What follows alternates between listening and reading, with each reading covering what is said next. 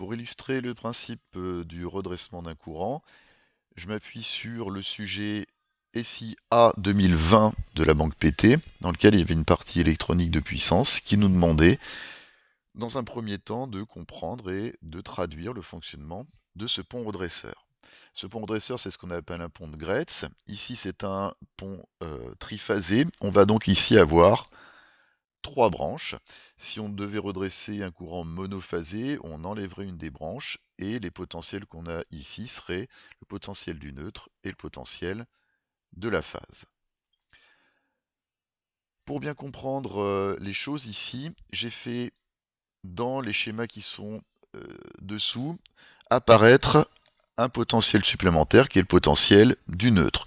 C'est pas nécessairement un fil, mais on sait que dans un régime triphasé équilibré, il existe un potentiel 0, un potentiel de neutre. Et j'ai reproduit la partie du haut et la partie du bas. Dans la partie du haut, je vois que j'ai trois diodes dont les cathodes sont reliées entre elles. C'est donc un montage qu'on baptise à cathode commune. Dans le montage du bas, ce sont les anodes qui ont été reliées entre elles. On parlera ici d'anodes communes. Ces potentiels qui sont reliés, donc ces fils, d'un côté, on va être à une borne de la charge, de l'autre côté, on sera à l'autre borne de la charge, mais pas relié au neutre, ici, qui n'apparaît dans mon schéma que de façon donc virtuelle pour illustrer le phénomène. J'ai donc ensuite mis en place une notation V1, V2, V3. On sait que si on respecte la notation du cours d'électrotechnique ou d'électronique de puissance, les tensions qui sont baptisées V, ce sont des tensions entre phases et neutres. Je les ai représentées de la même façon dans l'autre schéma et j'ai baptisé ici les tensions aux bornes de mes diodes VD ou VD'. Pour comprendre et illustrer ce qui se passe du point de vue commutation des diodes, je vais m'intéresser uniquement au côté cathode commune. On pourra extrapoler les résultats au côté anode commune. Je regarde mon schéma. Première chose que je peux dire, c'est que une seule des trois diodes va conduire à un moment donné. Pourquoi une seule des trois? Imaginons que D1 et D2 soient toutes les deux passantes. À ce moment-là, ça veut dire que je fais un court-circuit entre mes phases 1 et 2, ce qui n'est pas plausible ni souhaitable.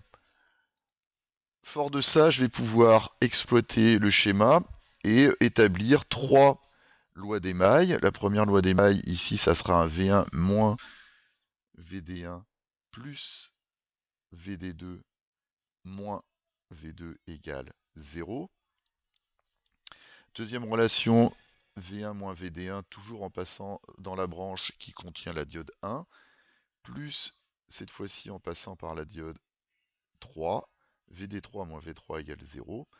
Et je pourrais aussi écrire que V2 moins VD2 plus VD3 moins V3 est égal à 0.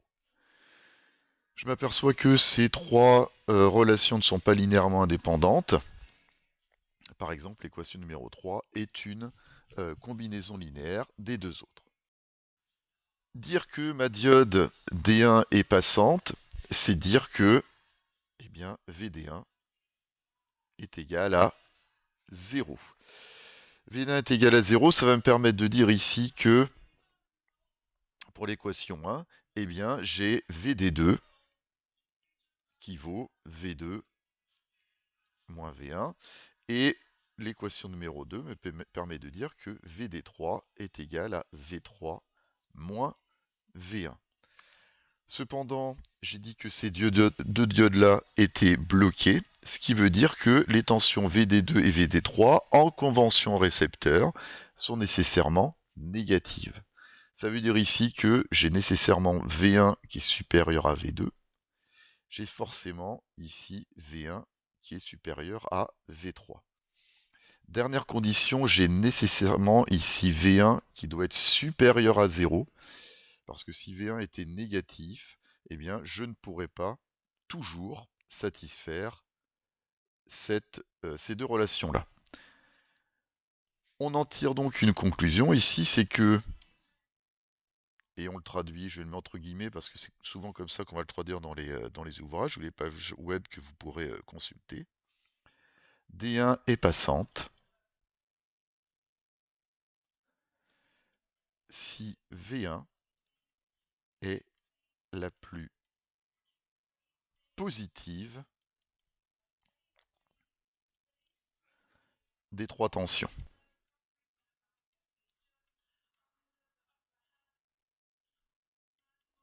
On peut traduire ça autrement. De la façon que j'ai écrite à gauche, V1 est positive est plus grande que V2 et V3.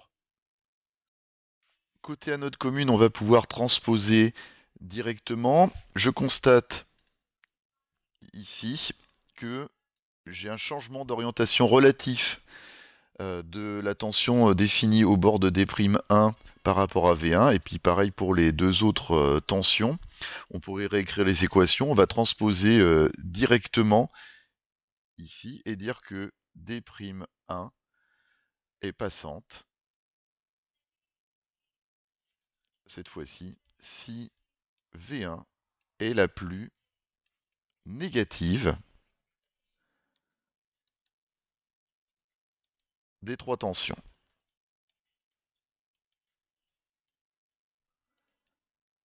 Bien évidemment, on pourra faire la même chose avec la tension V2 et la tension V3.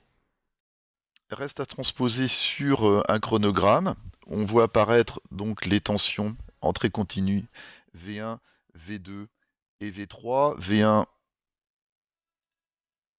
est ici, V2 est ici, V3 est ici, ce qui va me pouvoir ici me donner les trois situations de conduction des diodes D1, D2 et D3.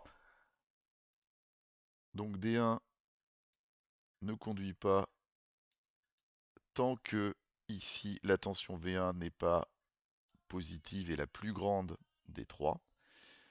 Pour V2, c'est pas possible sur l'intervalle de temps ici. V2 va commuter à ce moment-là. Et si on a construit ces deux chronogrammes, on va pouvoir directement construire le troisième, puisqu'on a dit que une seule des trois diodes conduisait à chaque instant. On va raisonner ensuite à l'inverse, ou à l'opposé. V1 est ici, et V1 va devenir le plus négatif possible sur cet intervalle de temps-là. Donc, que je le resitue bien, à partir de là, et on l'a compris systématiquement sur ce chronogramme-là, sur 4 carreaux, D'1 sera passante sur cet intervalle de temps. Je repère ensuite V2 qui va prendre la succession de V1. Donc c'est D'2 ici qui va commuter.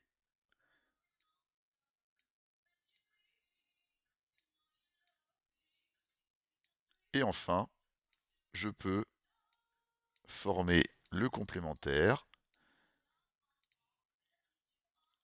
en disant que D'3 est bloqué, passante quand les deux autres sont bloqués, et bloqué quand une des deux autres est passante.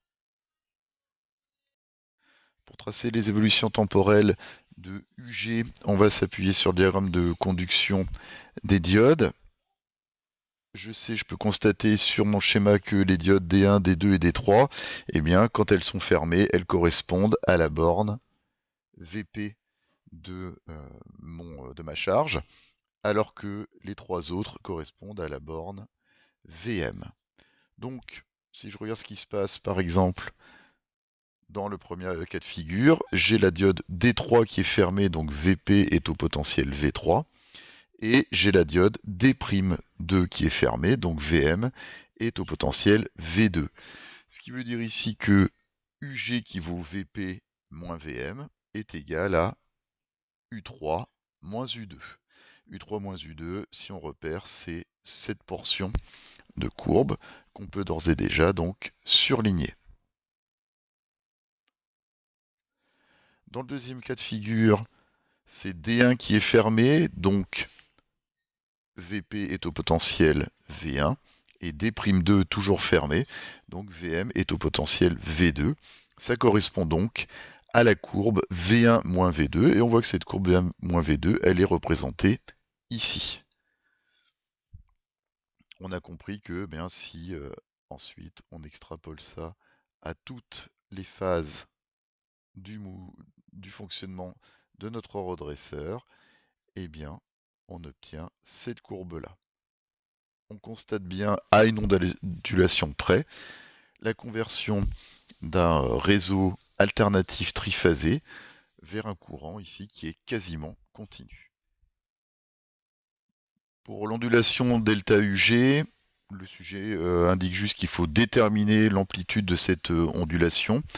Une fois qu'on a compris le principe et qu'on a tracé sur notre figure cette courbe-là, je pense qu'on peut le faire de façon graphique, ce qui va nous donner ici un delta UG qui est de l'ordre de 70 volts.